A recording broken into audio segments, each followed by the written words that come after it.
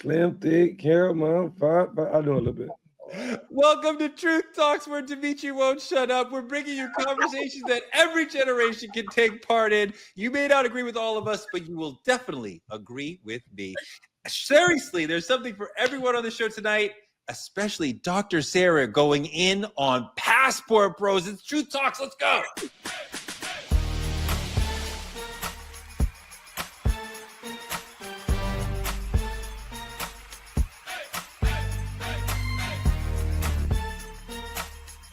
Are y'all ready to roll? Let's go. Welcome, Truth Tellers. We're about to get into it because some in the community are really tripping off their passport. No connection to what I'm about to say next. Dimitri, welcome to the show. Hey, it's a pleasure. Thank you for having me. Some people say I talk too much. Some people say they like the voice. So I'm going to take it how I can get it. You know, I do like the voice. I respect the voice. Speaking of passports, Sarah is here fresh from Canada. Guys, super excited, blessed, honored to be here. I'm actually in LA today, so thanks for joining me. And of course, Dr. Cheyenne Bryant is here. Wouldn't be Truth Talks without Shy. What's up, y'all? What's up, my Truth Avengers? Y'all remember me from season 1, lighting y'all asses up. I'm here on season 2. I'm gonna be a little lighter, but that just means a little more flame on that ass. So it's all good. It's all good. Let's see about that flame on that ass. Let's get into trending topics. One of the most interesting decisions in the Diddy case was to not sequester the jury. Sarah, that means when you take the jury and they stay in a hotel and they can't talk to their friends or family and read the newspaper and watch the news, they're totally blocked off from the world. The judge said this jury can go home, which means they will be around friends and family. They are told explicitly, you cannot talk about the case. You cannot read about the case. You cannot watch news. They can't even talk to each other about the case until they go in the end and deliberate. But it is impossible for a jury to go home and not be aware of the conversation that's happening in the air around them, even though that is forget. Dr. Bryant, do you think that Diddy can get a fair trial in a world where the jury goes home and they're told, don't pay attention to everything, but everybody's talking about this? Well, we know one thing they are doing is paying attention to everything and talking about the case. I mean, that's just kind of human nature, right? Do I think they're being influenced by outside chatter? Absolutely, 100%.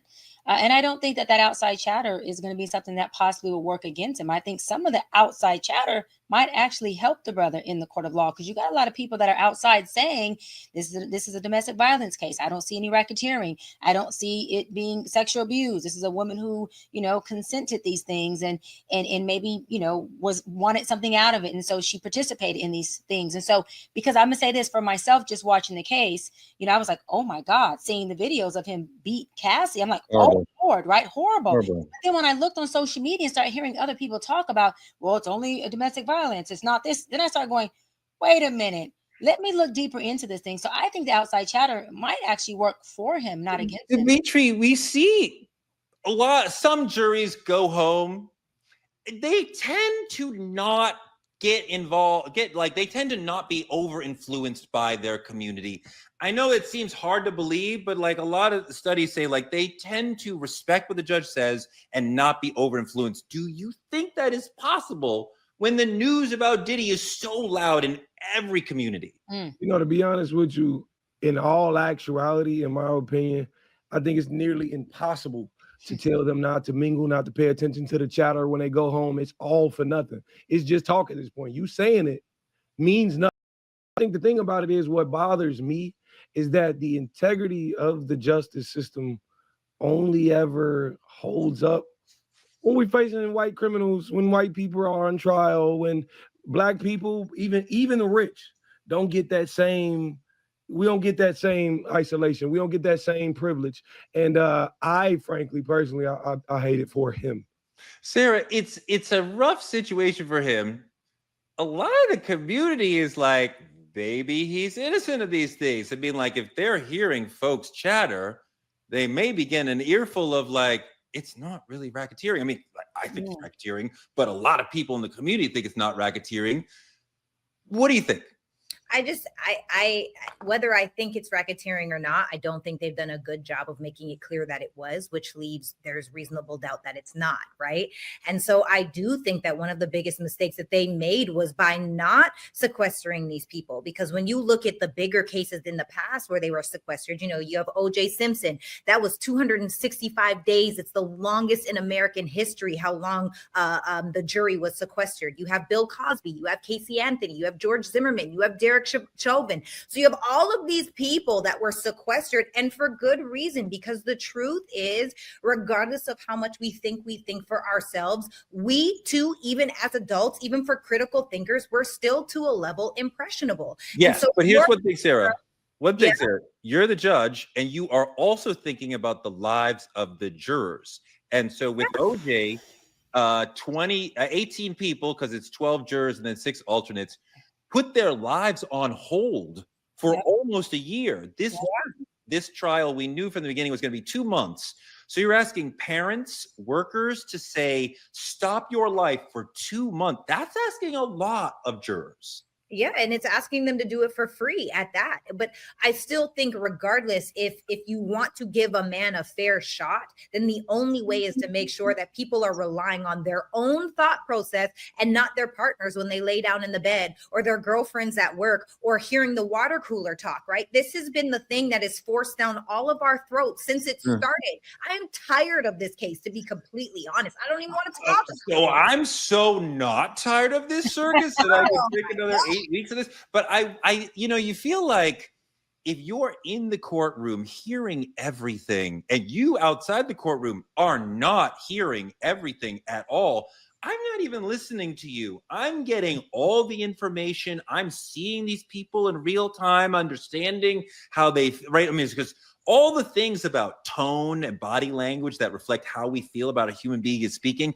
We sitting outside of the courtroom, out of the Diddy courtroom, we have no idea about any of that stuff. I just feel like the jury feels like, I know so much more about the situation than you. Like, I can't even talk to you. The judge told me not to talk to you, but I can't even talk. You know nothing about this compared to me. But they watch Truth Talk Story. We've been talking about this for like 2 weeks. Right. They watch the show. Hell yeah, brother. Well, let me tell you somebody else who I think is going to be watching Truth Talks very soon, NBA Youngboy. Because Trump gave him a get out of jail free card. I guess Dr. Bryant would say he gave him on a reverse Uno card, and he's out of jail. Trump keeps pardoning black people. It's like the nicest thing he's done for black people all year. He gave a presidential pass to Larry Hoover, to others.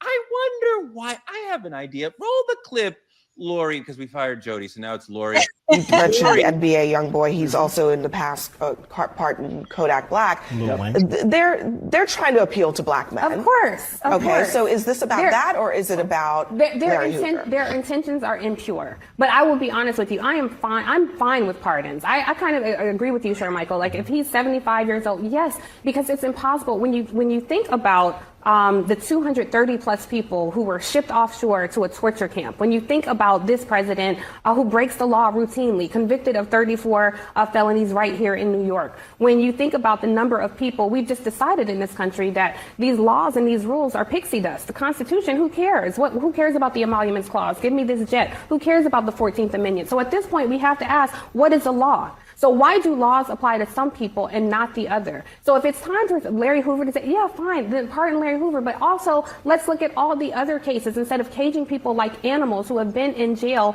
for decades, in prisons for decades, for a dime bag of marijuana. When I see white boys walking down my street in a gentrified neighborhood smoking it freely and openly, you have to wonder, yes, there is something wrong with our criminal justice system. Respectfully, it is not as simple as, well, if you don't want to go to jail, don't break the law. That is spoken from a place of privilege. And if you look at facts and history and data and statistics in this country, you will see that there are so many people. There are so many people who are in prison. We do have to leave it there. Dimitri, I cannot express how much I love Tiffany Cross, who's a friend and a political warrior and always coming with the noise and the funk just like that. She brought up 2 issues. I want to decouple them and talk about one and then the other. Marijuana is second, right? First, are these pardons a plea to pull in black voters? Yes, they are. And there is a black pardon czar named Alice Johnson, who Trump pardoned in his first term, who is the one who is saying, hey, we should pardon this person. And these are politically chosen pardons to woo in Black voters, right? And I wish I felt like there was some genuine feeling of like, well, this person deserves to be pardoned because something wrong happened in their case. But no, Dimitri, this is just, if we pardon NBA Youngboy, the Negroes will vote for us. And I hate that whole mindset. And let me feel the older generation in on who this NBA Youngboy is, because a lot of you guys may not know. First of all, I host a show called Rap Latte. Nobody need to tell me. Okay. I'm glad and if he walked in here, he would be like, Torre, what's good? Who's your friend? So slow your roll, brah. But this is for everyone else, Mr. Torre. Allegedly, there's a lot going on with NBA Youngboy behind the scenes, who says that he issues these hits and XYZ and all these other rappers are popping up killed. He's in the heat of that controversy. Allegedly, in hip hop, NBA Youngboy is the scariest person you want to deal with. That's what they say. That's what my generation's saying. That's what the kids telling me. XYZ, blah, blah, blah. But yes, all of this is for press release. This is showing that in order to have mercy in this country, mercy in America, you have to have something for others to gain. You have to be beneficial for press release. You got to be famous. And quite frankly, the way I'm going to get the young ones is attack it through music. They love these rappers. I love these rappers. Let them out of jail. But like she said, all of these people sitting behind bars for petty crimes you could have pardoned. And you pick the person. Okay, I get it. I see what's going on. Sarah, are you comfortable with this sort of? There's almost a bait and switch sort of thing happening when he's like, "Yeah, I pardoned NBA Youngboy. You Negroes love him, right?" And I mean, yes. And as Tiffany said, that's great to get people out of cages. On the other side, kill DEI, kill CRT, kill Black history. I mean, like, you were killing all Medicaid, all things that Black people need, but here's a shiny toy, NBA Youngboy free. Okay, so let's rewind and reverse and get some good information going on here, because we do know that he thanked the president for pardoning him. He released a statement thanking the White House and his lawyer, and he also was on house arrest for multiple weapons, assault, and drug charges, not murder, Dimitri. Just throwing that out there because you kind of insinuated a little bit. You're comfortable with him getting off here? Well, I'm just saying this happened in 2020 and he had his future was hanging in the balance. And so for me, I feel like, why not take a win when we get to take a win? Now, is him being on the street a win? I don't know. But Black men being pardoned is. If our president is also going out of his way to do certain things to get certain people. Are you into accountability? I'm all about accountability. But the truth is, taking accountability? This is what I know. I don't know this man. Okay. I don't know this man. I don't know anything about him. And so all I can say is I'm happy that our president is letting it's a Black man thing. Why not take a win when it's a win? Now it seems like an okey doke to me. Not to me. I want to see a win, acknowledge a win, love a win, speak a win, and feel the win. It's funny you say that. It's funny you say that, because I feel like if this was any other circumstances, you'd be telling people to stand up for what they're worth. In this situation, a man dangles something in your face and say, you guys should be happy with this, vote for me. And now you saying a win is a win? I didn't say nothing about vote for me. I'm not saying that. All I said was a Black man got pardoned. That's what I said. I didn't say, is he probably dangling? Yes. It could have changed the views and pursue people to go in that direction. Yes. But that's not me. Hold on, D. Much as I love to see y'all two fight, I do want to bring in Doc, and I want to broaden the question out to the other part of what Tiffany was talking about. Okay, great. Thank you for NBA Youngboy, but there are thousands and thousands of nonviolent marijuana offenders who are in prison and many states where that is now legal. I want them out. Fuck NBA Youngboy. You just said this is your friend, Tori. First of all, let me say this. He's a Black man. Let his ass out. Secondary, let me add this. Alice Walker, which is the woman who Kim Kardashian worked very hard to get pardoned. Alex Johnson. Right? Alex Johnson. Thank you, Tori. What I do like is that he has Alice taking lead on these pardons, and he also has Alice being a part of the one that kind of, lets the family know and part of the whole process. I love that. The thing that I know for sure, though, is this is prepping for 2028. Absolutely. Remember we talked about when I mentioned that Republicans strategize. Dems don't do well with that. So this is a Republican strategy to say one or two things. Let me be passive aggressive by taking away DEI, taking away the rights, taking away all this Black resources. But then let me go ahead and aggressively pardon Black people and tee up the Black community to say, look what I'm doing. While I put out videos that say, Black people have all these qualifications. I would have loved to have been a Black person with these qualifications at this time because they're the ones that are winning. So it's a passive aggressive movement. Let me tell you why. He did it in the 2024 election when he won. He had Rick Ross. He had Snoop Dogg, one of our biggest Black influencers. Gross. Hold on. And many more perform where? At his inauguration, where Trump wasn't even present. Hold on. He used media, the most powerful thing we have, to show that we got your Black folks over here at my inauguration while what Dimitri said, hold on, wean this little bit of money in front of them and show you that y'all can be bought. Let me go further. Hold on, Teray. Let me go further because when Kamala did it, and she had Sexy Red and these different Black artists doing it, guess what? The Black community said, and I was one, Kamala, we're more than just shake your ass. We're more than just Sexy Reds. We want to hear policy and legislation. But when Donald Trump did it, you had people like Kodak Black, who was at that. Hold on. People We're like getting a little. Rose, Hold on. like Amber Rose, who were supporting him, Torre. So what I'm saying, no, you hold on because I'm not finished. Because what I'm saying is that this is a passive aggressive act to make sure that you can strip Black people covertly, but overtly say, I got your back. This is this man swinging and holding his hands. And there's so many Black people that are falling for it. And there's so many Black people that it's confusing that when 2028 comes, because the Democrats don't strategize, they're not fucking prepared, just like they haven't been. The Republicans are going to have the House, the Senate, and they're going to have a fucking president in office again. If we don't start to do something about it. No, I think the point that you're making is absolutely right, that this is an okie doke, that he was putting out these shiny objects. I have freed these people you like. The Larry Hoover is such an okie doke because he doesn't even get out of prison. He's got to go from feds to state, and I'm glad anybody get out of ADX, but he's still in a cage for the rest of his life. You know, Trump is giving us these shiny objects. When he got Snoop Dogg, I'm sorry, baby, listen. When he got Snoop, D-O-double-G, who said, and I love Snoop, that's my guy. But Snoop put out a whole fucking video about how these other Black folks who were supporting Trump in the smallest way, making videos of Trump in his first presidency, were pretty much sellouts. And whatever he paid, my boy, got him to say, you know what?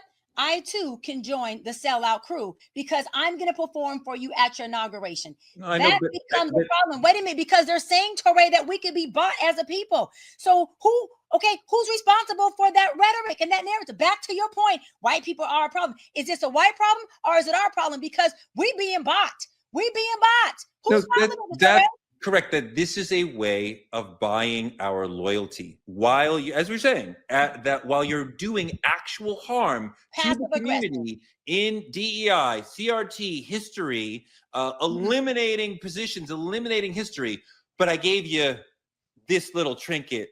NBA Youngboy. But I gave you back, and I love my brothers. That's why I say, whoever can be pardoned that's Black, I'm all for it. But I gave you back a criminal. I'm not being fucked up. I'm being real. But I gave you back not the man who, like Tiffany said, who's selling weed on the block, because when we became legal, now Black market became illegal. So you got brothers who were making a living from that, and you letting white boys come into their neighborhood and put up a dispensary, taking away their money. Come on, this shit gets so deep, man. It's so deep. It pisses me off because, again, you got people who are lining up to say, well, he's doing this, and I want NBA. I want everybody out, okay? But when you're giving us back our criminals, and I'm not saying he's going to get out and do it again, but the repeat rate is pretty high, but you're not giving us back the brothers who you know can go into leadership positions, who you know can run for president against you, who you know will put you to shame. You're not doing that at all.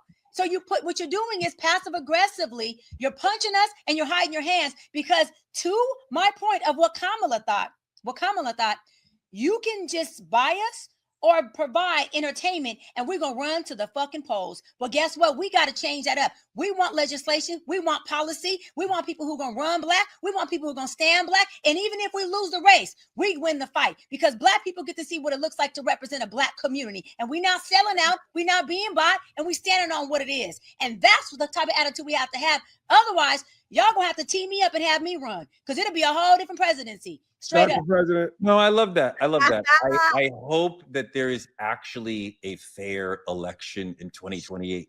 Right now, I'm not even sure that that would even happen. But yes, we are seeing the seeds of the stealing of the black vote through this trickeration of moving forward into politicking. Trump's trade war and his tariff plan ran to a speed bump this week. A court blocked most of his tariffs, but then an appeals court stopped the ban for now. They're going to continue to argue about it this month.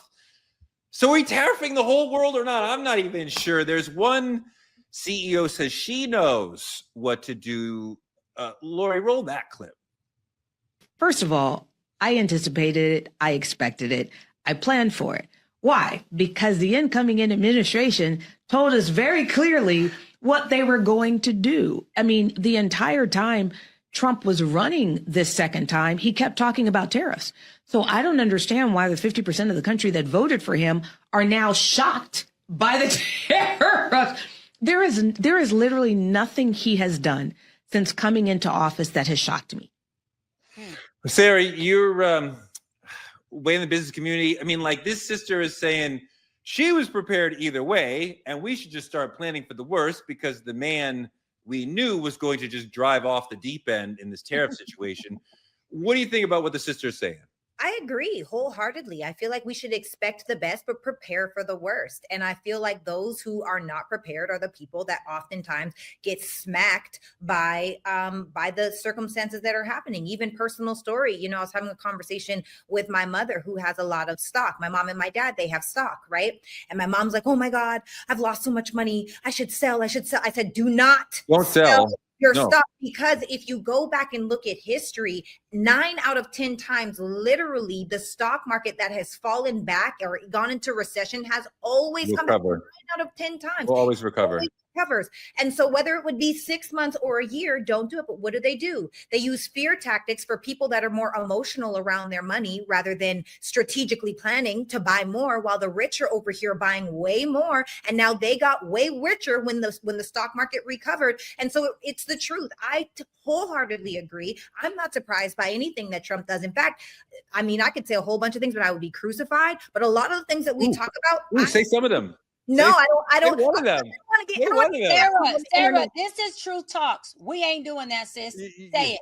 I'm gonna get canceled on the internet, but this is so. As an example, this whole deportation thing. I think by the end of the year, I think Trump will probably be able to say he's deported more people than Obama because he's using this fear tactic. I think this whole letting people out thing. He is so strategic inside of what he does, and then it raises another question. Well, okay, what if he does pardon the NBA guy? I don't even know his name because I don't know. NBA Youngboy. So he's been pardoned, right? Well, now what happens if he does start to pardon the men that are in prison because of marijuana? Well, now you have thousands of people that are grateful for him, will probably lean towards him because their freedom is because of him, because he pardoned them for something that is now legal. So I think that Trump, although he's an asshole, although he's a bigot, although he's a racist, one thing about him is he's very clear about what he does. And I think if we listen, we can jump ahead of the trend. I 1000% agree with Fawn Weaver. D. Yep. I'm with her. I think she's showing us that resilience is not passive. It's very logistical. You actually have to plan, because real power doesn't ask for permission. It doesn't. It simply doesn't. It prepares for disruption. Yep. That's what power is. Staying in charge is knowing what you have and with the ability to see what's coming. And that's exactly what she did. And I'm very, very proud of her, because she said it out her own mouth. He was saying all of this when he was running. When he got in here, what did you think he was going to do? I feel bad for the Black people who are already check to check, stretching a dollar as far as they can make it. And now suddenly everything costs more because this moron has created this trade war that is not for America. There's the regular person in America is not going to benefit from this. The idea was not for. So you just raise the prices of everything, essentials, Christmas thing. I mean, he's talking about you don't need $30. You only need 2 toys, but he's getting a new plane, but whatever. But there's a lot of Black people who are suffering because of this trade war. And, there's no way to sort of like mitigate that. Like millions of regular Black folks will be penalized by this. And that is a difficult thing to even wrestle with, Sarah. Yeah, I think sometimes even if you're living paycheck to paycheck, if you could muster up an extra $100 to either invest that or get what's necessary, because if you guys notice, mark my words, guys, mark my words, you've heard it said a thousand times. You know what Trump is talking about now? Blackouts. He's talking about the grid going down. How many people are currently prepared for if there is no running water, if there is no electricity? You got a prepper. Pardon me? You got a prepper. It's a doomsday prepper. Right there, doomsday prepper. Wait, there what? You go, right there. The grids go down. Oh my God. I'm trying to let y'all know right now. So if you can muster up, do you know in my garage right now, and this is for years, you can go on to Amazon and buy survival kits. Get the little books that How many cans you got? How many cans you got? I'm set. I'm good. For how long? I'm good. 6 I'm months? good. Oh, way longer than 6 12 months. months? This is funny to that motherfucker go down on you, Torre. And you sitting in that motherfucker. You need batteries. You need flashlights. You need you need water packets, right? You need sanitizing things. You need food that can be in vacuum-sized bags. You have vacuum food? Yes, you can order it on Amazon. You can order it on Amazon. Okay. Military food. She ain't playing. She war ready. She war ready. I'm trying to tell y'all, you have to be prepared. When I'm not, my mom. You have a gun? Green thumb. Of course I have a gun. Oh my God. I have a gun. Of course, and I shoot my daddy. Okay, my daddy was in the Marine Corps. He don't miss. This man is a sniper for real, and I shoot just like him because my daddy taught me how to shoot. So I see what you say. Y'all got to get clear. Y'all got to get your houses ready. Trump is telling you what's going to happen, and if you are the person that is not prepared when the grid goes down, or when we don't have clean water, or it's on you. I want to say this, and sometimes I got to speak directly to my people. It's a lot of y'all voted for his. This to the listeners. A lot of y'all voted for his ass, and this is the fuck y'all get because y'all wasn't listening to that man when he was talking, and nobody wanted to take accountability for bringing this shit on. Now this shit's here, and y'all looking at tariffs and saying all these bad things. Look what he done. Now we got higher consumer prices. You got manufacturers losing their job because shutdowns and all of this extra shit. Y'all did this to your goddamn selves. I told you not to vote for him. And now he's gonna pardon all the dudes who are gonna go back in the hood and do the same hood shit. I'm sorry to be the bad guy. Shoot the mess. Messenger. All of that plus the destruction of democracy and the end of the system that we have prized, that really tried to make life better for a wide swath of people. And now we're here. Okay, so we're going to lay out plans over the course of the season and pay attention to this because, somebody has to. That's the Truth Talks way. That's what Lori wants. So that's what we're going to do. In our main topic, let's get ready to rumble. The topic is Passport Bros. If you touch the topic with your hands, you'd burn your little fingers, Sarah. I'm talking about men who go to small, poorer countries to find women who are less powerful, have fewer expectations, and are thus going to be perhaps more submissive and pliant than American women who want their own jobs and their own bank accounts and their own agency to do and wear whatever they want. Who needs all that? This is a hot, triggering topic. My man J. Cole made a whole song about Passport Bros. The Passport Bros, but we ain't shelling out cash for a hoe. No, I'm a little old fashioned. Coast to coast, out the show, coast smashing. Shots of Class A, me and Lil Basse in Barcelona. The news just dropped, I'm a Barcelona. What can I say? Tell Coach Cliff to suit me up and I'll play. I'm winning. We at Tate Mayfair, you can't get in. The little back room where not many fit in. The prettiest girls all be grinning. They say I'm their favorite. They want me to lay with, it's blatant. Now we on our MIA shit. We just hit Playa. They playing a dirt song, then I'm on fire. A little red bone, she look like Maya and want me to try her. Oh Lord. Oh, Sarah's traumatized. She had to listen to hip hop for 30 whole seconds. But look, there's a whole story of how this passport bro movement started. Lori dug up the clip. Lori, run that clip, please.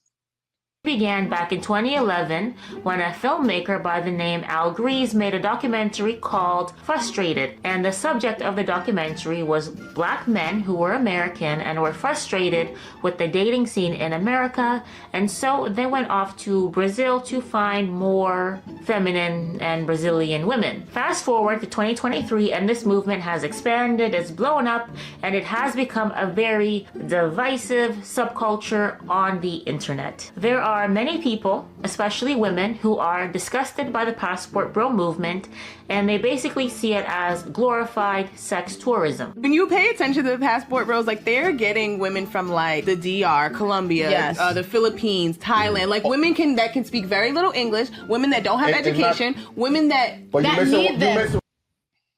Woo, Sarah, definitely sex tourism. Is this sexism? Oh, great question. I don't think so. You know, the thing that stood out to me in the video is he said more feminine women. And the truth is, I think that's kind of true. I think a lot of women here in America are very much inside of their masculine, have super high expectations, and then also kind of weird with no standard. So I do think that to an extent, I can understand why they would go because, you know, the women, these, but here's my question, actually, in all seriousness. Because I also do feel like one of the things that they are not expecting for the passport bros that go overseas is they're not expecting to have to pay the bills of those women, because please believe they are expecting a man that is going to be a provider so they can be this softer domestic women. Why can't men be that way with American women? Well, first of all, their bills are about -3% to the comparison of the bills here in the U.S. That's one thing that men are doing. I have guy friends who frequent Colombia and DR because of they don't call themselves this, but obviously by definition, they're passport bros.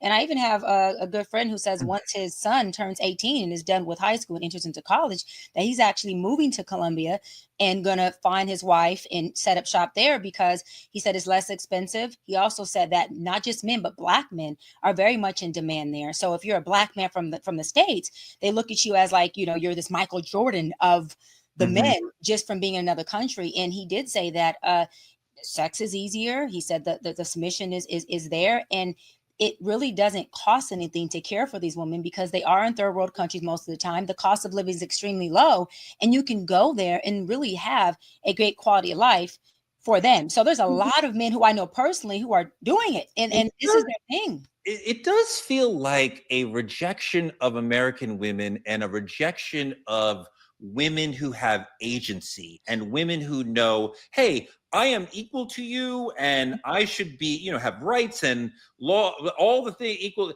And like, if you're like, nah, I don't like that, you can go to a third world country and get a woman who's like, yeah, I don't mind being subordinate. I expect.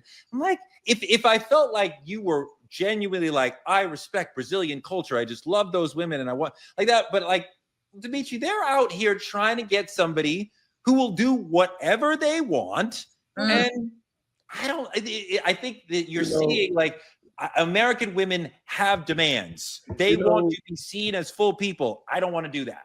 You know, I don't think the idea of it is lacking femininity.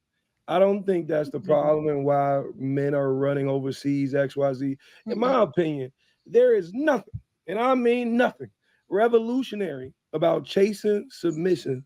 There's nothing revolutionary about chasing submission in economically vulnerable places.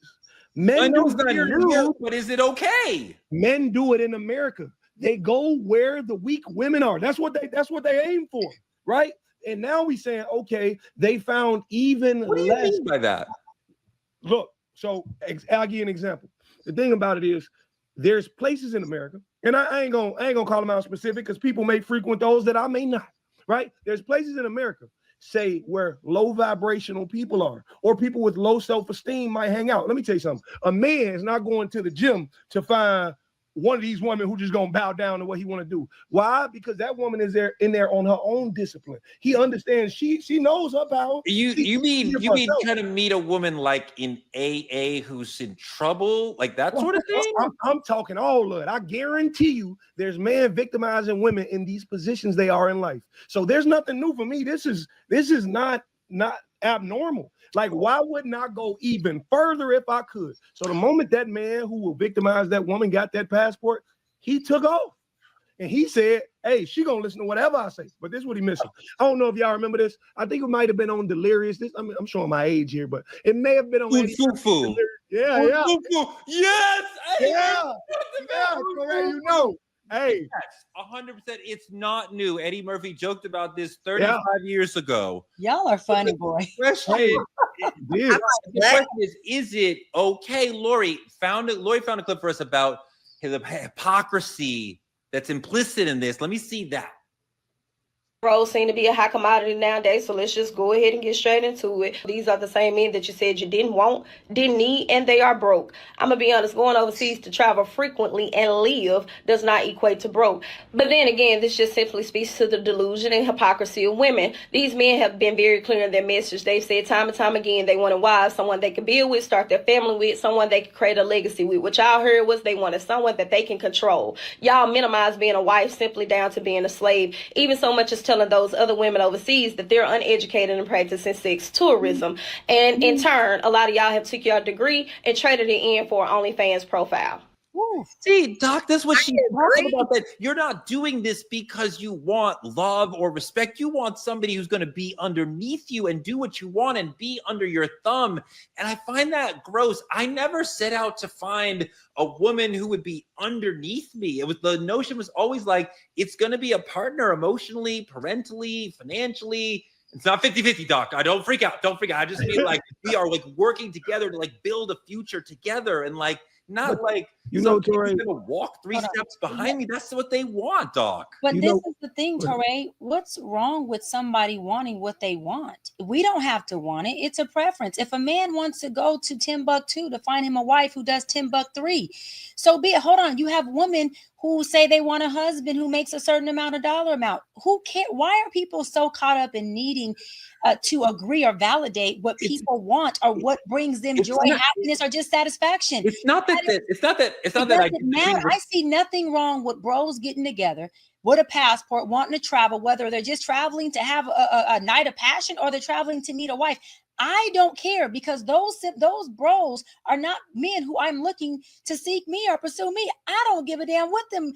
This is my thing. Take your ass on over there. So it's less of you I got to deal with. I don't care. Now, if you're talking about a man approaching me or, us personally, a woman with you, and having that same desire, and it just doesn't fit you, and it's becoming a issue where they're projecting this, then you have a problem. Why do we have a problem with men doing whatever the hell they want to do? It's not our problem. This speaks to men hating women and wanting women to be with them, to have access to them sexually, without having to do something. These are American men who are used to American women who demand agency. And they say, no, I don't want that. I want a woman who won't demand agency. Lori, I want to put, there was another clip that Lori brought up. See, I'm so glad Dr. B got rid of Jody, because Lori's so much better. That showed a man going to another country and saying, I want you. And the woman going, well, are you going to provide for me? And so now you have to respect her, right? Because you have to give your earnings to her. So you're ready. And then he was like, oh, I don't know if I want to do all that. Like, however. Wait, there's women here in the States who do that. Why is everybody acting so naive to this? There's women in the States who do that. The only difference is, listen, when you travel, third world countries, cost of living is much cheaper. I have been to Belize and Dubai and India. Let's see the clip. Let's see the clip about exactly what you're saying. Lori, let's see that. The issue with modern men and modern women in the dating arena is that there are so many modern men that want traditional women without having to be traditional men. What am I talking about? Let me let him explain. And typically in an Arab household, the man usually is the provider financially. And that's just how it is. That is just something I wasn't prepared for. Most Arab women expect that. Just like most American people expect the woman to contribute half, or not half, But just contribute. but you're not dealing with an American woman. No, but she'd have to deal with some of my things though too. This was definitely not what I wanted to hear. I thought Moroccan women prioritize family over material things, and I was not anticipating that it would mean I have to be the sole provider for a household. I didn't sign up for this. So what do you mean? Providing is respect for the woman in action. He doesn't want to do that because he doesn't truly respect her. So First of all, they have the wrong bro. Another country to try to find a woman. That's the wrong bro. Respect. That's the wrong bro. First of all, that's all I gotta say. Okay, so look, guys, really quick. So if the reason passport bros, most of the passport bros are broke. Why? You don't see a lot of very affluent men saying, I'm a passport bro. You see a lot of men. Donald Trump is a passport bro. No, he's not. He would never claim that. Where's Melania from?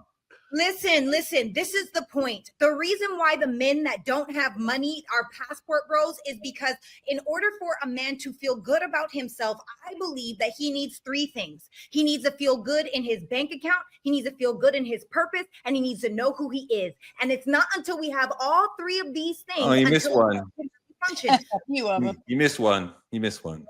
What? Well, he's got to get that. All those things, yes, but he's got to get validation from women. Women got to be telling him something about himself. Validation is outward. I'm talking about inward. These are the inward things for a man to be. Oh, you think men have inner lives? That's funny. That's so really listen. This is the thing. If you guys look, Torre, if you men don't feel good in your bank account, then you don't respect yourself. So low-key, subconsciously, you don't expect a woman to respect you. If you are dating inside of America, what starts to happen is all of these women that are mirrors for you in all the places that you lack. So what do you do, Torre? Let me finish. What do? You go to a different country where women, it does take less to provide for her, but also, you can live in Thailand like a god for $2,000. You could have a butler, a driver, a nanny, a cleaner, a chef, and all of these different things. Wait, Torre, let me finish. This is my point. My point is, most times you find that passport bros. I have so many affluent males in my life. Some are married, some are in relationships, some are single. And none of them would ever call themselves passport bros. None of them. Can I please? Hold on, wait. Can I push back 1 minute, Dimitri? Because I have a lot of affluent, high net worth men who got wives. And they more passport bros than the Negroes who ain't got no wives. The only difference is, Torre, that's why you laughing. They in the DR paying for the PR. Right. They in the Colombia paying bills. Hold on. And they got a whole woman who thinks she's his wife in Colombia, but he travels back and forth to. You gotta be so let's clarify, because a passport bro is someone that is going overseas in order to look for a wife. Oh, it is not Sarah, that's a passport bro. They have wives here, and they setting up shop with wives there. That's just a cheater. That's not a passport bro. Passport bro who's going out there with money, paying for what they want, and having a whole shop in Costa Rica set up with a whole woman who thinks he has a whole wife. And that's what these men are doing. It doesn't matter their socioeconomic status. Men do the same thing. Some just do it broke, and some just do it rich. I want to flip to the other side of this amazing conversation, because there's also, if we go on like the 180 of this, more Black trad wives. I mean, like traditional wives, like people who are like, I want to be like June Cleaver, like domesticated in the kitchen, like serving my husband, like serving my family. I mean, like, look at what they're wearing. Very Stepford wife, very supermarket, very domestic goddess. Oh, Handmaid's Tale. I don't know about that. Women who are willing to be a domestic nurturer in a way that recalls like the way your grandmother lived. And this is sort of like a response to like, the men going in this wild direction one way and they're going in another. Nara Smith on TikTok, I think she has like 50 million followers. I like love her content. She's like the ultimate like Black internet trad wife. Dimitri, what is the rise of black trad wives really about, do you think? Dimitri, where's the black woman at in these photos, baby? Give me some of that insight. It ain't too many black women in them photos. You know, and I think the thing about it is, this is just my opinion, and I could be wrong. I ain't never told black. I ain't never went at black women, and I never will. But in this idea, the problem with being a trad wife, you don't get a credit card. You don't get a voice. You don't get to say what we finna do. You don't get the XYZ. And black women are far too powerful to be put in this position and tolerated. The thing about it is, a black woman, she want to be a trad, but that little gown, cooking skirt she got on, I got to be Louis Vuitton. I got to say that at the bottom. It got, you know what I'm saying? Like, it doesn't. The lifestyles don't coexist. Black women are too powerful to be put in this position, and that's just my opinion. Dr. B, is this not reject feminism, the whole notion of being a trad wife? Well, so listen, I asked this to y'all earlier. I was a kept woman. You said a kept woman and trad wife is different. When I was kept, I cooked, I cleaned, and I made sure I never denied sex or intimacy around the clock. But I never had to work. I didn't even pay. I didn't buy a grape. But I cooked breakfast, lunch, and dinner. And all I did was work out and run NAACP and run my Dr. Bryant Foundation. That's just the truth. And when I went to start my private practice up again, I started with a few clients. When I started to accumulate a lot, he said, I thought you said you're only going to do a few. He didn't like that. I enjoyed the lifestyle. I enjoyed being kept. So if the trad is the kept, I actually like it. I think there's nothing wrong with women being in that space. But to Dimitri's point, you're right. I got to have a say so, right? I got to say where I wanted to go. You're not really trad there. You're kept, and I think the kept woman is. What's the difference? So people can. What's the difference? Trad is referring to the way that femininity or womanhood was like in the 1950s, when women really didn't have rights, and you're just in the kitchen, just being a domestic goddess. And like, look at the photos that Lori pulled up. Like, it's very traditional. I think kept can have that economic component that you're talking about. I think Cassie was kept, but you were like, I choose this, I accept this, I want this. And I'm not saying the trad wives don't want it, but like, it's a relic of the past that is coming back. Yeah. As part of like, maybe like a search for comfort in a changing world. I don't know, Sarah, do you understand why we're seeing more black trad wives? Yeah, absolutely. Number one, I think feminism is a scam. I think it has set women up to do things that is not. Feminism is a scam. It is women wanting to be equal is a scam? We're not equal. Why does everybody keep saying that? And I don't care what anybody has to say in the comments. You're not equal to me? No, I'm not. You're a man and I'm a woman, and it's different. Well, we're different, but we're equal. Wait, let her explain it. Sarah, can you explain how we're different? Because this is an interesting perspective. I mean, what do I've never heard this in my life. That's what are you talking about? Talk about it. So I feel like, for me personally, when I look at men and I look at women, men have way more responsibility in a tangible way. Okay. Women have way more responsibility in an intangible way. We are not equal. We are the yin to the yang. We are opposite. We are inverted. That's the way that it's supposed to be, right? So if we are supposed to be feminist, because now, and although I am a high earning, high value woman, okay, great. High network woman. I am that.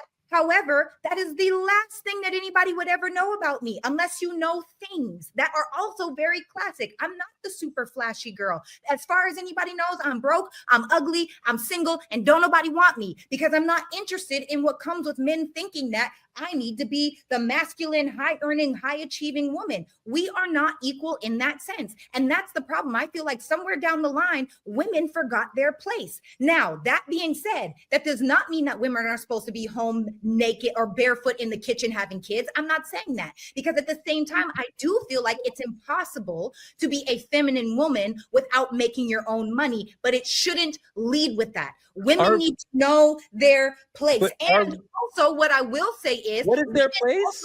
What is their place? A woman's place. Number one, we are the neck. Okay, this is what I feel. Men are the head of the household.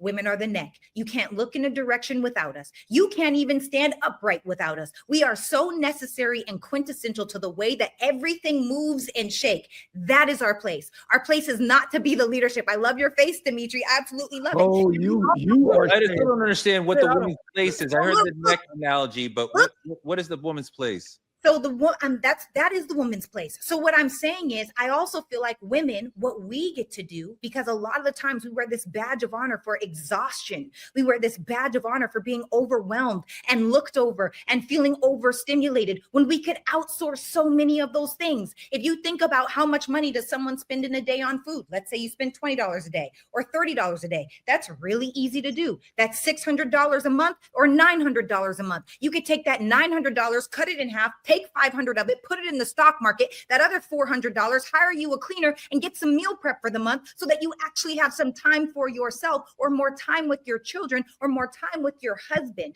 Our responsibility is way more intangible than tangible. On the feminine side, I should say that. I'm still stuck. Do you think men and women are equal? No, they're different.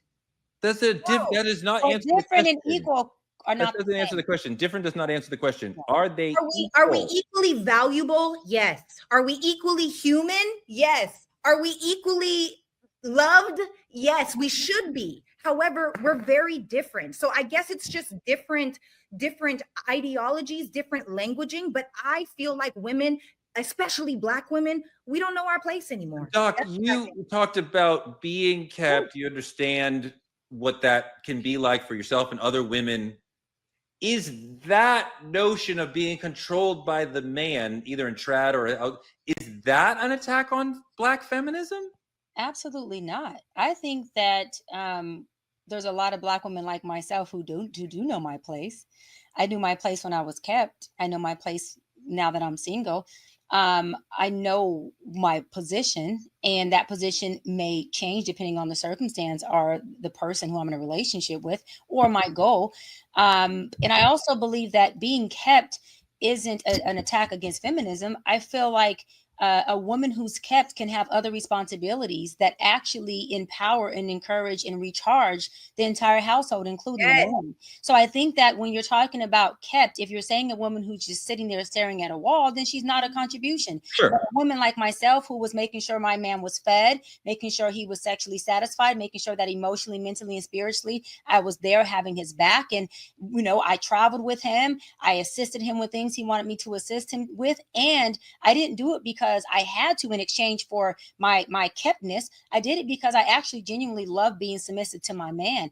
I am a hybrid. I'm alpha submissive. I'm alpha when it comes to the boardroom. I can be alpha here on True Talks at work, but at home, I am very naturally submissive. My love language, the way I love, is yes, baby, and yes, daddy. And if that's what you need, what do you need from me? I am a very much of a service woman who will have a voice if I need to apply boundaries. So when I think of a woman being kept, I think of a woman like, let's say myself. By the time I met my fiance at that time, I had all my degrees. I was already a doctor in private practice. I was president of NAACP. I was already a Democratic delegate elected official. I was a powerhouse woman. He just took me out of that element and said, baby, look, chill out. And I said, shit, this is a refuge, a safe space. I need a motherfucking break. I am going to relax, be kept, and keep the household. You were contributing so much to society, and you continue to. The NAACP continued, the foundation continued. But I feel like so much of what made you a powerhouse was, you agreed to it, but it's like it was pulled back. No. And you especially. That's true. Let me say something. No. When I was engaged to marry this man, in my mind, we were getting married, right? So when you're saying contribute to society, I was contributing to my internal society, which was my household, my husband. At that time was going to be my husband. I was going to have a family and kids with. So my job as a woman was to contribute to that household as well, so that my husband could be prepared and teed up, so that when I have these babies, I can be at home with my kids. So we can have a certain household that we shared. Our values were, let me go get the bread. Can you keep me well prepped and recharged as a woman? And then you can be at home with the kids until you decide to return to work. I was a professor at a law school at the master's level. I left to go to work one night and I said, oh my God, I really don't feel like, which we all do. We all do that about work. I was like, I really do not feel like going tonight. The best thing that I've ever heard a man say to me was what that man said. He said, baby, listen, you know you only going because you want to, because you don't have to go. Now, listen, what I'm saying is to have someone tell you that from a place of, I got you. So you're doing this because you want to, and I support if you want to, but I also support if you don't want to, because I have set up shop for you as my woman, meaning the things that you would naturally have to do as a single woman, you don't have to do when you're with me. That is actually teeing up and empowering a woman's femininity. That is actually putting a woman in a place to say, I am empowered to do whatever I want. Love on this man and stay home, or go out there and get it. Because he wasn't intimidated by my power, but I chose to take my power, split it up, and give it to a man who I do not regret doing that for, because that was a great time and a great season. D, Lori wants you to play one more video because there is another part of this whole passport thing that we haven't gotten to yet. Lori, run that. Nobody said anything when women were going to Dubai. We know why you were going. Nobody said anything when women were flying state to state getting flued out. We know what you were doing. Nobody said anything when Nigerian and Jamaican men needed green cards and y'all started falsifying marriage documents so you could drive your Range Rover with your red bottoms. Let's just call a spade a spade. Y'all wanted the option to go back to these men after the man that you really wanted was done dragging you through the mud. Woo! Dimitri, I can't believe I'm going to ask you this question in 2025, but what is a woman's place? Hey, listen, man, this whole little conversation that right there, I ain't like none of it. That's the thing about it is, and I'm gonna say it all the time because I'm a advocate for their love, because that's the love I truly desire in my lifetime. My parents kept it together in unity. It's a customized love. There's no pre-written rules for who's the head, who's the neck, none of that. Everything they did it together. It was equal voice and decision making, equal accountability, equal responsibility, equal right to be a human. When you need to just be a human, it was mutual respect. It wasn't about how much you brought into this household did not make you a man. You understand what I'm saying? It did not. It did not change my mother's perspective on how she saw her husband. When he couldn't work, she did. And then he gave her the option to work when he could. The thing about it is, I hate this narrative that there's a preset requisite for how you should operate in your relationship.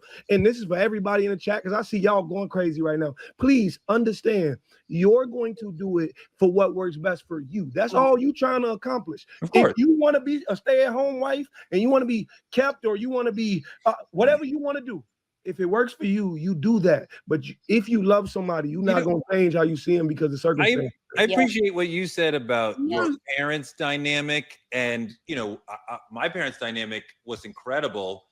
It was somewhat traditional in that my father worked and my mother did not. And she's not trad, but she was at home.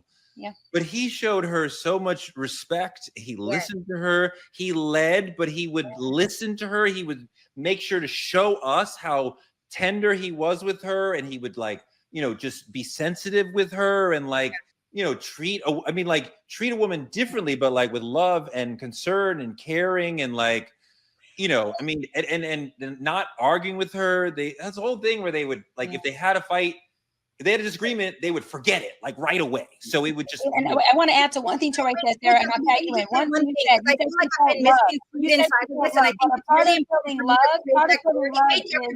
hang on. Torrey, 1 second, I promise, just real quick. Because Torrey, you said he made her feel really loved, right? I think what a lot of women miss is that being provided for is a huge way of feeling loved by your man. That is a way of feeling loved. Yeah.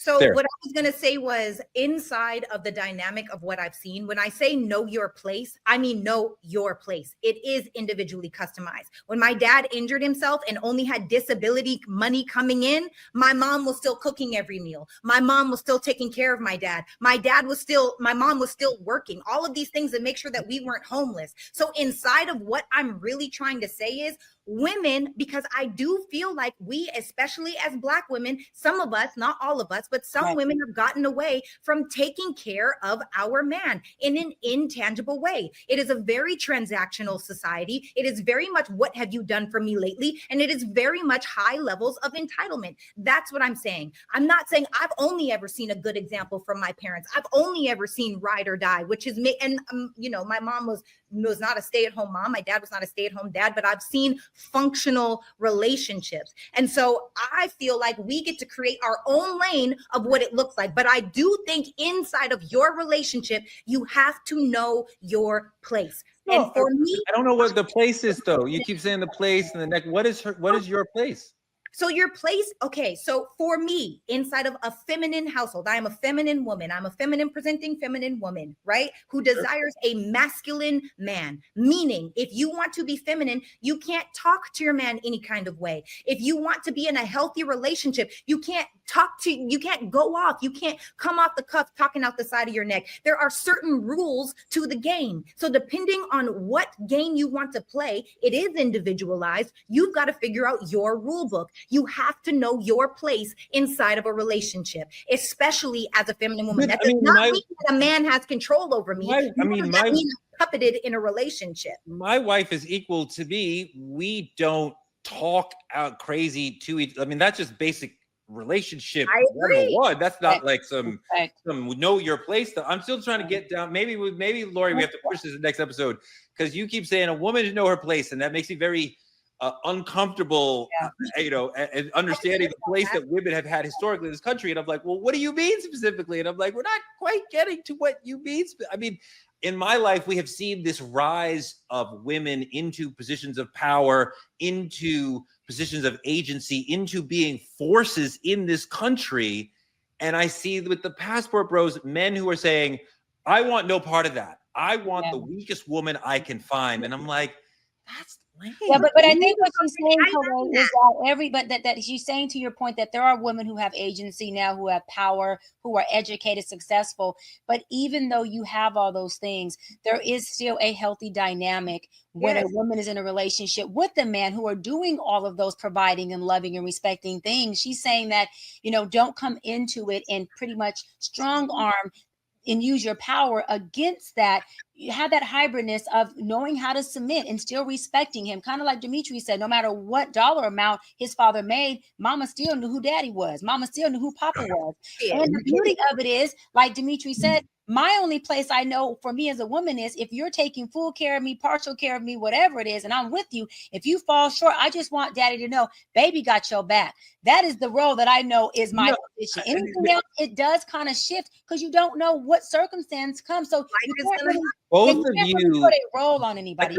I know you just used the word submit, and I think Sarah used that word too. I know, but it my sounds wife different. would never ever use that word in relation to me. Even when we got married, and Reverend Rum was our officiant from Run DMC, we were like, we're going to say obey. She was like, no, I'm not going to say obey. I'm not going to promise to obey you. Are you fucking kidding me? And I'm like, hey, let's go. You don't have to obey me. Like, we're going to walk. But I think, for Ray, the thing is, I think even if we're not using these words or these semantics, all these words are action words. And when your wife came in to help you with your camera, that was her way of being of service. And that is a submission. She doesn't have to say it. She's not obeying you, but you said, honey, and she came very quick and was very, beautiful and sweet and helped you. That is an act of submission. That is an act of obeying. It doesn't mean obey like you're thinking. It's if I need you and you help me, you're in a place of service, you're submitting to me. I can submit to Dimitri. It's just my friend. Dimitri calls me and says, Doc, I need you. I'm going to submit to him because that's my boy. If Dimitri says he needs me to do something, I'm going to be in my service position to Dimitri or Sarah because that's what it is. So you don't have to go with the word if the word is weird, but the behavior, especially for you to have this long 20, 30-year marriage that you've had, y'all had to have submitted to one another. You've had to have obeyed each other at some point. Otherwise, y'all wouldn't be equally yoked. Can I say this? This is my last thing. I just want to say this because y'all know I'm manifesting. I'm always looking in the comment section. Please let it be known if you want this trad wife thing to actually find a space and we carve a lane for this. But Mrs. Wiley, if you out there listening, I'm going to put this in the air just for you, baby. Listen.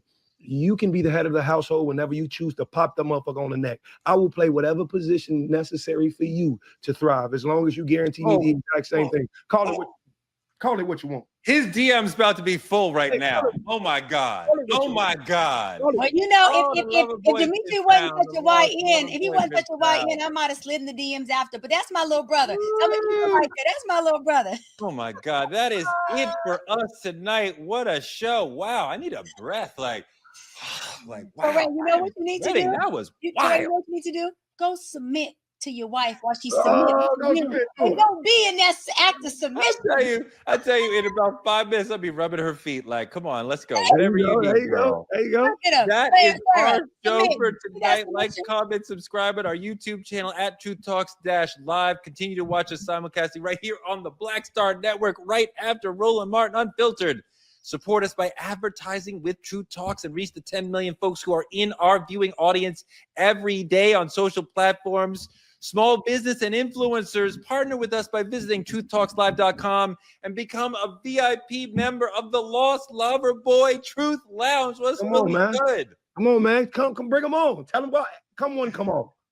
As we talked about, Black media is under attack. So support us by telling a friend to tell a friend to come watch the Dr. B show and watch us every night at 8 p.m. EST and again on the West Coast at 8 p.m. PST. Next week, Attorney Ariva Martin, Judge Lauren Lake. We'll be back every night at 8 p.m. We'll see you later. It's